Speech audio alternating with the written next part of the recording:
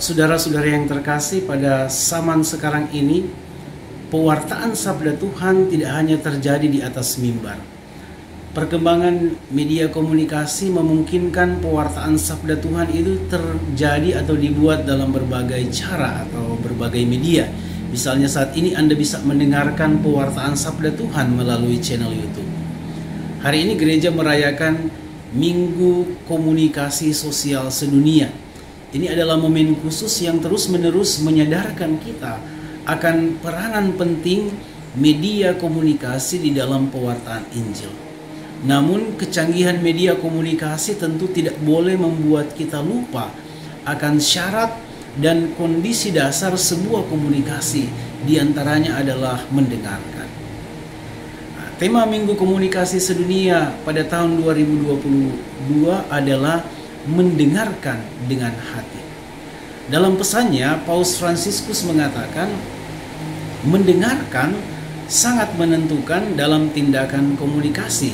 Bahkan mendengarkan menjadi syarat penting sebuah dialog yang sejati.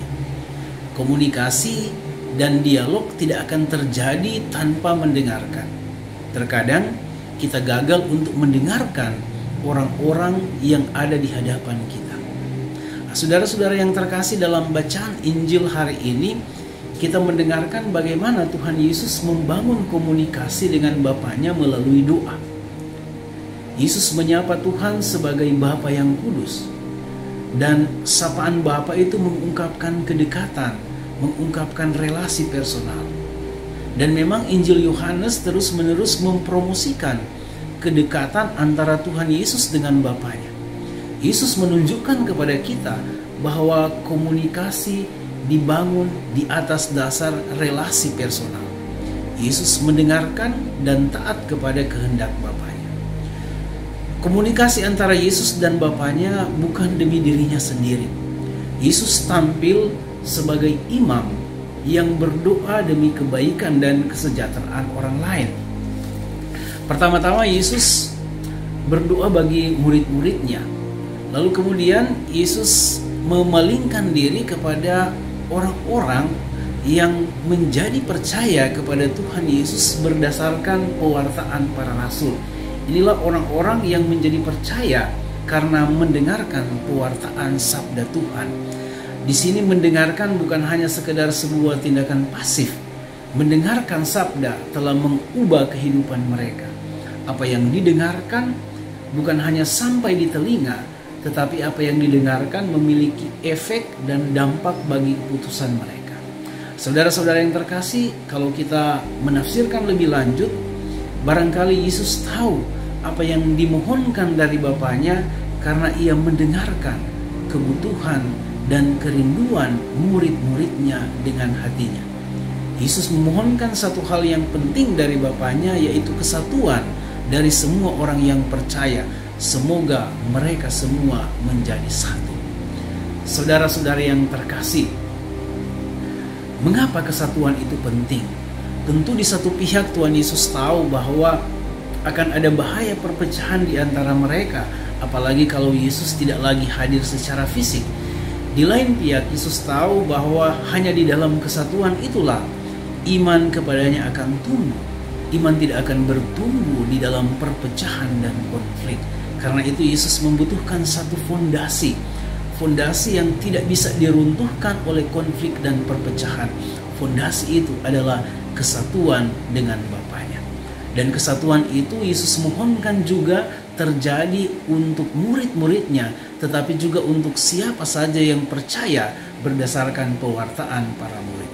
Saudara-saudara yang terkasih, tidak bisa disangkal bahwa umat Kristen mewarisi sebuah sejarah perpecahan yang terjadi karena perbedaan tafsiran, perbedaan ajaran, perbedaan aturan. Jubah Yesus ternyata tidak hanya tersobek ketika dia menderita, tetapi jubah Yesus terus-menerus tersobek di dalam perjalanan sejarah kekristenan yang ditandai dengan konflik. Saat ini ada kerinduan hati setiap orang Kristen untuk merajut kembali jubah Yesus yang tersobek. Oleh karena itu, kerinduan hati Yesus harus juga menjadi kerinduan kita, yaitu semoga kita semua menjadi satu. Mungkin Yesus tidak mempersoalkan dogma atau ajaran. Yesus tidak terlalu menginginkan ritual yang ketat, ya. Yesus tidak merindukan tata organisasi yang rapi. Saat ini kita semua mendengarkan kerinduan terdalam dari hati Tuhan Yesus, yaitu semoga mereka semua, semoga kita semua menjadi satu.